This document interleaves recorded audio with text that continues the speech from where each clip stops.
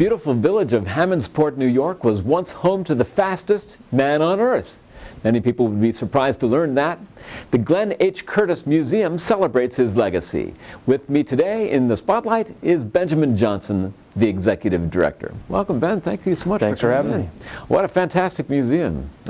It's a great collection, and people are always surprised by what we have in a very small town, small museum. They walk in the front door and they don't expect what we have. It's a wow experience, no question. So are you right in Hammondsport, or how do we find you? So we're just outside the village of Hammondsport on State Highway 54 on the way towards Bath, New York. So just outside the village, we've got a big C-46 cargo aircraft parked at the end of the driveway, so pretty easy to find us. Well, if people want to follow along at home, what's your website so they can see the pictures? Sure. The website is curtissmuseum.org, and Curtiss has two S's. curtissmuseum.org. Oh, that's great. You got it. So please tell us a little bit about Glenn H. Curtiss. So Mr. Curtiss, I like to tell people, is the most important person in the history of aviation that the vast majority of people have never heard of.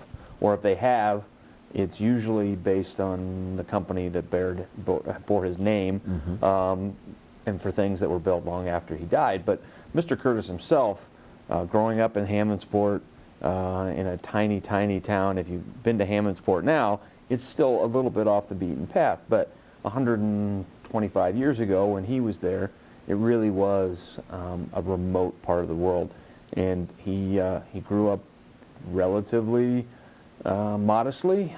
His father died when he was 4, and so he grew up with his sister and his mother and grandmother, and lived back and forth between the Hammondsport area and Rochester, New York, and was just a very kind of feisty, curious kid, and quit school after the 8th grade, never went back after that because he was always working. And he really got into racing bicycles, building bicycles, fixing them. When he was in his late teens, he opened up a bike shop in town so that he could fix and help people there. He ended up making his own bicycles.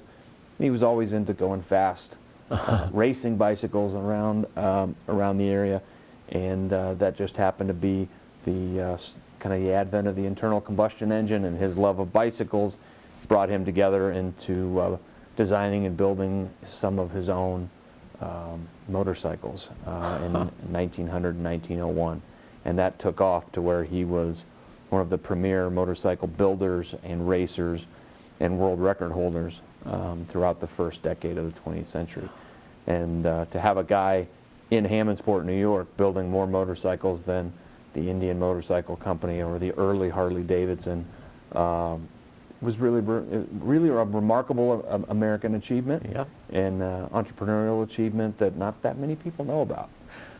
So he was a self-taught engineer, basically. Pretty much. He didn't have any formal education after the 8th grade, and so going into being able to build and design his own engines, he did all of the castings and everything in Hammondsport. It's a remarkable story. And I think so much of what he did was intuitive.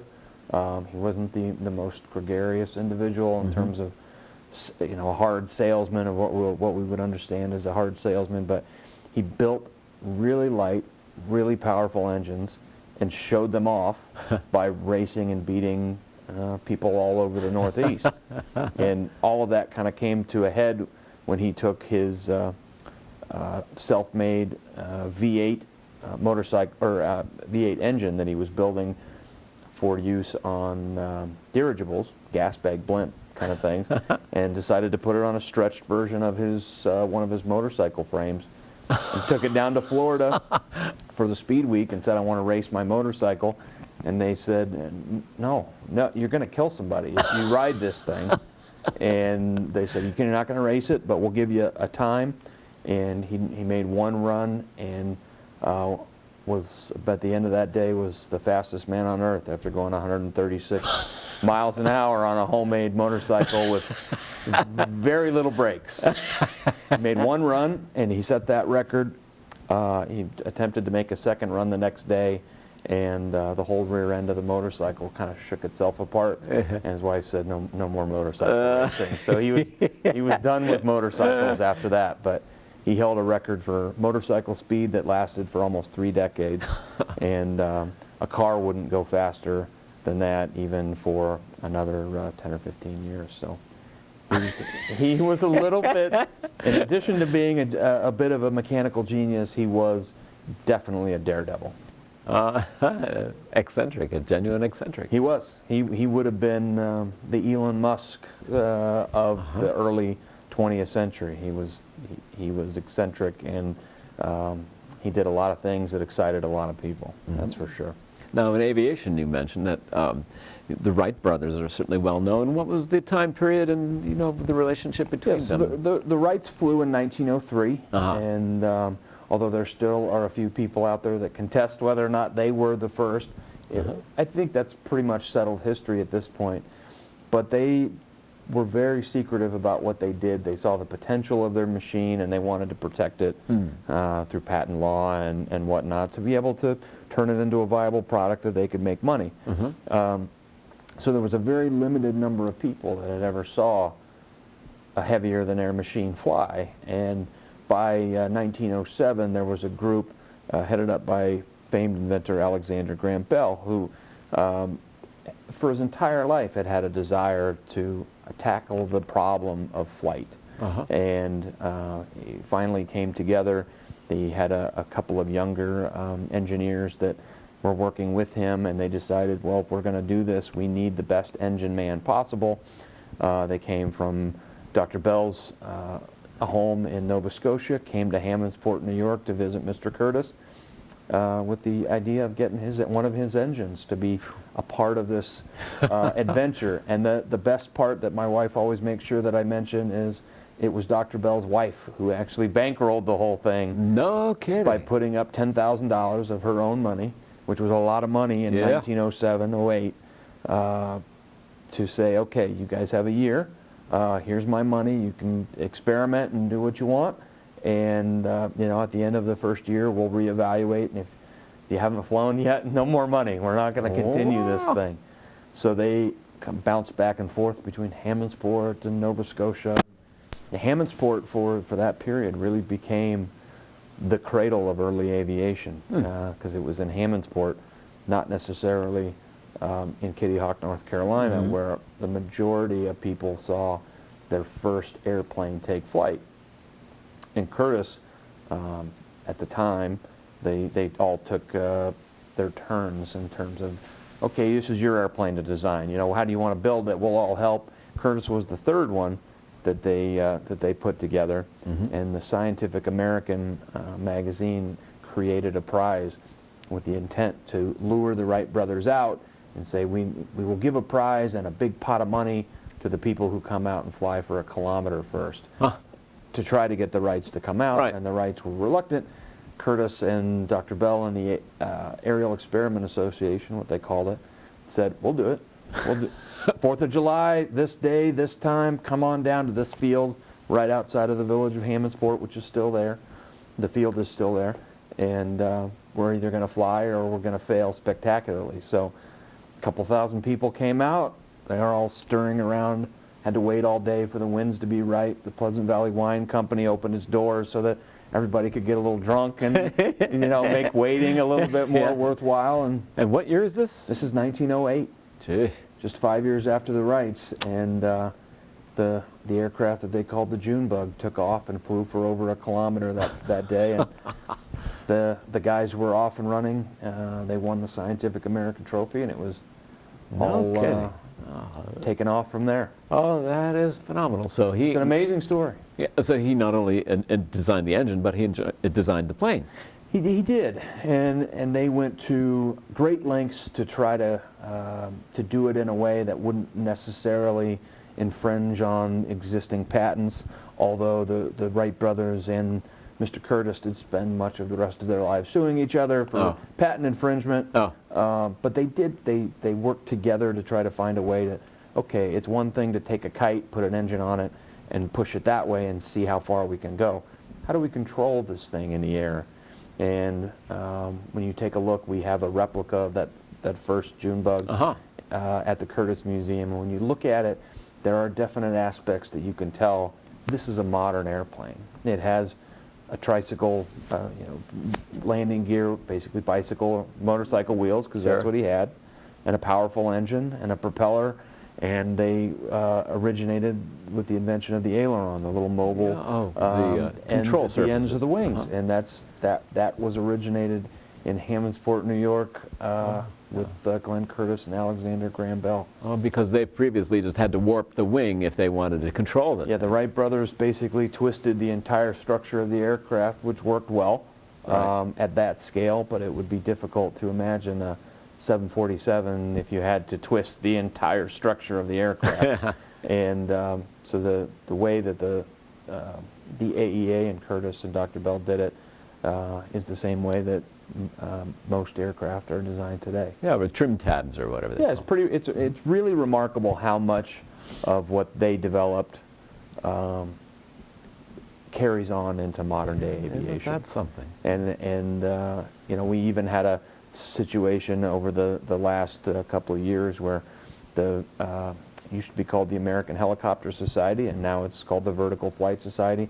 They did some research projects where they identified that the first vertical liftoff in the United States happened in Hammondsport, New York, with a guy with a homemade helicopter had a desire to build something, and he brought it to Hammondsport to use Mr. Curtiss's engine, and it lifted a man in vertical flight. I don't think there was much flying, but it was at least bouncing. And that happened in 1908, 1909.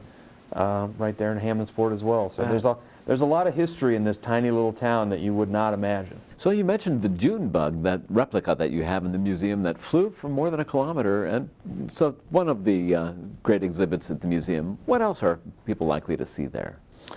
So I like to tell people it's all sorts of things that are fun. So it's bicycles, it's motorcycles, it's engines, it's airplanes. We have a wide variety of antique cars.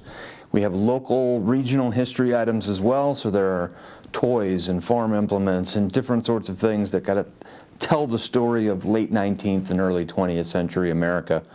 And we even have a restoration shop in the rear of the building that is actively, depending on the time of year and who's volunteering that day, they've got a variety of different projects that they're working on, including a couple different airplanes that they're putting back together. Oh, that's phenomenal. You must need some space for all of this. We're about 60,000 square feet all told, and it's a great, roomy institution that was originally built as a wine warehouse, so it's been adapted over the last 25, 30 years to suit our purposes as a museum. And there's definitely something for everybody, whether it's little kiddos, coming in for the first time. They may not know what a motorcycle or a car is, but when they see something shiny, they want to go right at it, which scares mom and dad. But mom and dad, grandma, grandpa, everybody's got something that they enjoy. And a nice museum store, too. So there's a lot of cool items that we carry that are unique only to us, and makes for a good gift, even for yourself. Oh, that's fantastic. Can people join the museum? We do have a membership program. It's actually for as little as $50 a year. People can join, they get our newsletter, they get on our email list, they kind of be a part of the Curtiss Museum family, and there's always new things that we're learning, new parts about the history, new artifacts that we find, and our members are really the ones that make that possible. We've got almost 500 members spread out across the country, and even a handful in Europe and Asia, so it's pretty fun. That's marvelous. And so tell us about what other aircraft we might see there, for instance. So we've got the vast majority of the ones we have on display are either original or replica early pre-World War II aircraft. So we do have a fair number of early Curtiss designs. The original aircraft, obviously, we're not meant to be 100 years and still around, so we've got a fair number that are replica aircraft with original engines that the museum actually used to fly on a routine basis, whether it's the Curtiss Pusher, the Jenny that was the kind of ubiquitous Allied training plane during World War I. Yeah. We have some early Curtiss flying boats including a replica of the A-1, which was the first aircraft purchased by the U.S. Navy. It was called the Triad because it had wheels and so it'd go land, air, or water, because it could land on land or on the water, and which is pretty neat. A handful of flying boats. One of the projects that has been ongoing for the last number of years is a World War II P-40 that was recovered after a training accident in 1945. Oh. What was left of the P-40 was resurrected in the mid-'80s, and the museum purchased it in 2011 and has been slowly piecing it back together. And so there are a lot of things. And in addition to the aircraft, we've got probably the largest collection of Curtiss motorcycles, original Curtiss motorcycles in the world, which are remarkable. The oldest one that we have is 1904, all the way up through 1912. And we also have antique cars and other later motorcycles from the 30s, 40s, 50s, 60s, 70s. It's really neat. And the largest aircraft that we have on display is our replica of the Curtiss America flying boat, which was built in 1914. It was intended to be the first aircraft to fly the Atlantic. Then World War I started, and they realized that flying across the North Atlantic probably was not a great idea. But ours flew for a fair number of summers in 2008 to 2010, and it's a beautiful, bright red twin-engine flying boat. Really? And it's just gorgeous. And he flew it on Keuka Lake, I think. And he flew it on Keuka Lake, and subsequently sold the original America to the British government, who used it for anti-submarine patrols and coastal patrols during World War I. So isn't that amazing? it's a cool piece of history. Yeah, that's for sure. The father of naval aviation, they call him. He is. The Wrights had a pretty good connection with the Army, but Mr. Curtiss knew the utility of what they were doing. There are some very interesting photographs that we have in the collection. One was Mr. Curtiss doing his bomb dropping tests, so he would be flying and throwing lengths of pipe at little boats on Keuka Lake while Navy brass was present to show, look what our airplane can do for the U.S. Navy. And it was a Curtiss plane and a Curtiss pilot that was the first to fly on and off a ship. Kind of bringing in the age of naval aviation. So there are some great photos of him flying out to a ship, landing in the water, getting hoisted up on deck, saying hello to the captain, having a cup of coffee, and then he hops back off and they lower him down and he flies away. And that was the beginning of naval aviation, and that all happened in San Diego, California when Mr. Curtiss went out there, and now it's the site of one of the largest naval bases in the world, which is where he first went out to San Diego. He's a remarkable man, and his legacy, if you don't know of him, you at least are touched by some aspect of his legacy, which is pretty remarkable. Yeah. Now tell us about the restoration shop that goes on. Can anybody work there, or how do you get connected with that? Yeah, generally speaking, we're open to anybody with a passion and a couple hours to kill. We really all of the work that we do is volunteer supported. So we have folks who come as little as an hour or two a month, all the way up to guys and gals that are there 8 hours a day, like those of us who get paid. And most of that work wouldn't happen without their generosity and their willingness to give of their time. And mostly it's just a matter of people calling up and saying, hey, I got some time, I'd love to donate some of my time to volunteering with you, whether it's in the restoration shop or at the front desk at the museum or docents giving tours. I mean, they're really the glue that kind of binds everything together. And with the restoration shop, you don't need to be an engineer. You don't need to build and fly airplanes. If you have an interest and some time, there's a good chance that we can find a good fit for you. And it's just a great mix of young people and older people and men and women, and it's just they're all there because they get a kick out of rebuilding something historical, and then they can bring their friends back and say, I built that. Awesome. And it's it's so amazing to watch what they're able to do. It's like magic. To a history geek with no mechanical ability, what they do is like magic. Wow. So you mentioned a lot of volunteer opportunities. Do you have staff as well? We do. There's a small staff. I mean, we're a relatively small museum, physically speaking.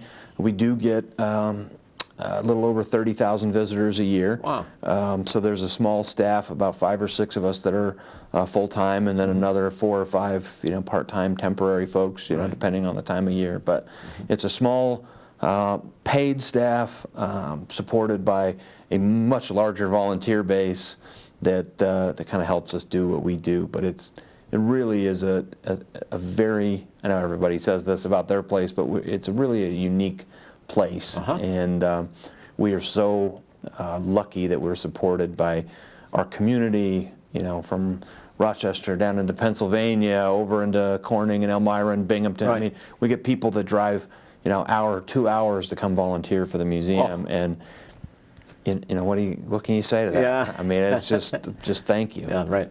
And so now, about programming, are there things that people can watch for, or classes or education projects? Yeah, keeping an eye on our website, our Facebook and Instagram, social media stuff.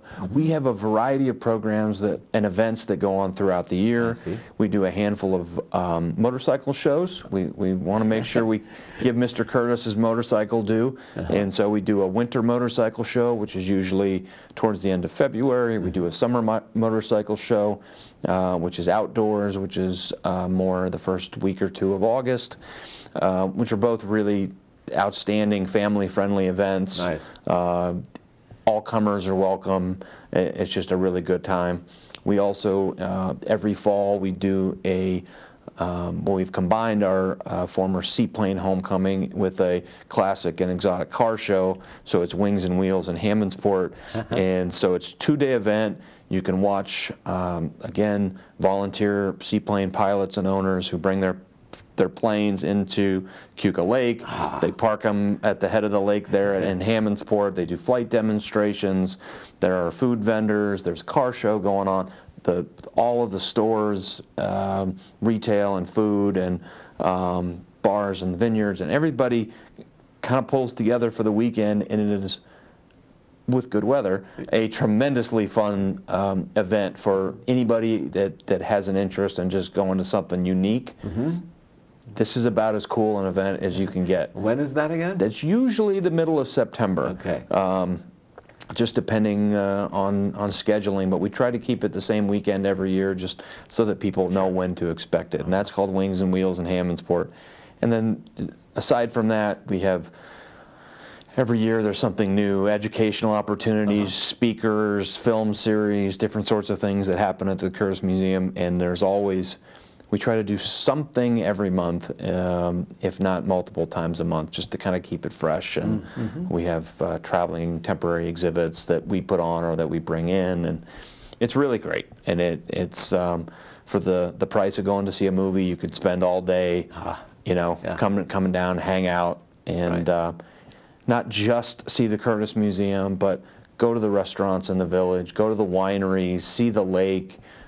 Bring the kids down and really make a weekend or a long weekend out of it.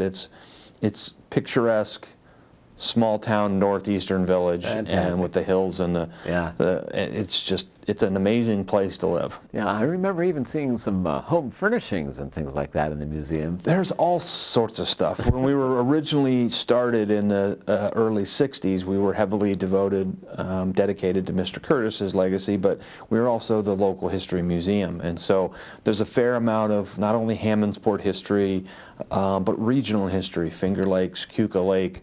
Mr. Curtiss had a connection to Rochester as well, so there's all sorts of Rochester connections. It could be apocryphal, but one of his early stories is he had to work for the Eastman Dry Plate Company when he was a young man, and they got paid by the amount that they could label a certain particular package, and he invented something to make it go faster. And then they eventually noticed they were paying Mr. Curtiss a lot more than the rest of the people who were doing the same job. They ended up buying it from him and putting it into wider use. But it's a great regional museum that if you're interested at all in what went on in Western New York or New York State or the northeastern U.S., it's really outstanding. Yeah, even some firefighting equipment, I remember. Oh, we have more stuff than we. We've been talking about doing a renovation and expansion because we have so many stories that we can't tell. Right. Even with 60,000 square feet, there's a limited amount of stories we can tell because cars and airplanes take up a lot of room. And you're on a property that's fairly sizable too. I mean, We do. We own approximately 40 plus acres on the site. A pretty good chunk of that now is protected wetland habitat because we're right at the tip of Keuka Lake, so all of that feeds into the Keuka Lake watershed.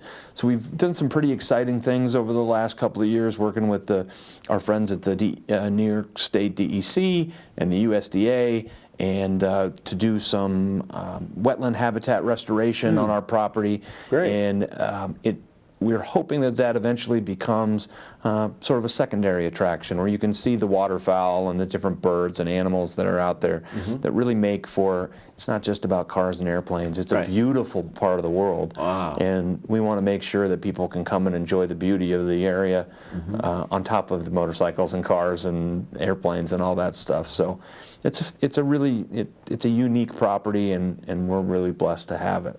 wow, that is fantastic. So now, do you work with funding agencies, or who supports the museum? You know? So we're entirely self-supporting currently. Can people give you money? Yeah, we'll take anything. Okay, just asking. Donations are great, but the majority of our money comes from folks coming in the front door. Okay. And here's our 10, 15 bucks, and we want to see the museum. We have a nice enlarged museum store, which provides a fair amount of revenue, and the rest is special events and activities throughout the year that we try to bring in. Our membership program, the motorcycle shows, the Wings and Wheels events. We do a golf tournament every year.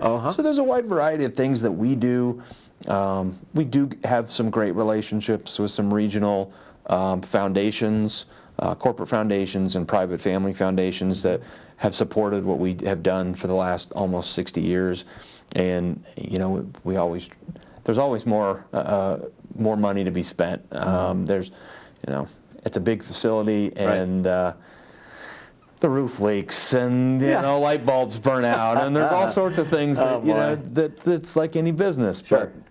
But we're blessed that we have a pretty outstanding foundation of supporters in the region, and we're trying hard every day to get more people to be aware of who we are and what we do, and come down, take a look. If it's something that you're interested in, let's work together. And if by chance they have an artifact in their attic, give us a call. There's always something. I try to discourage people from just backing the truck up and dropping a bunch of stuff off unannounced, because it does happen.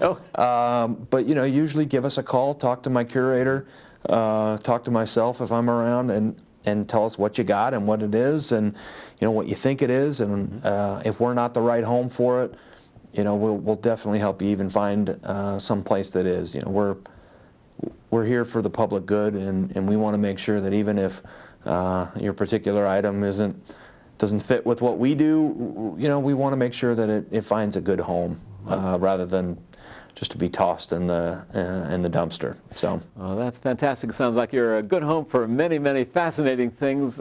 My guest today has been the executive director of the Glenn H. Curtiss Museum in Hammondsport, New York, Benjamin Johnson. It's just delightful to talk to you. Thank you so much for all these. Thank you.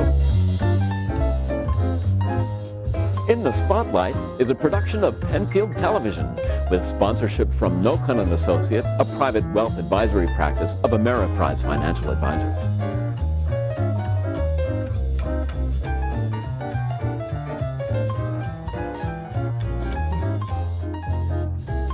If you enjoy this program, please find us on Facebook, like and share the program, and find our full playlist on YouTube.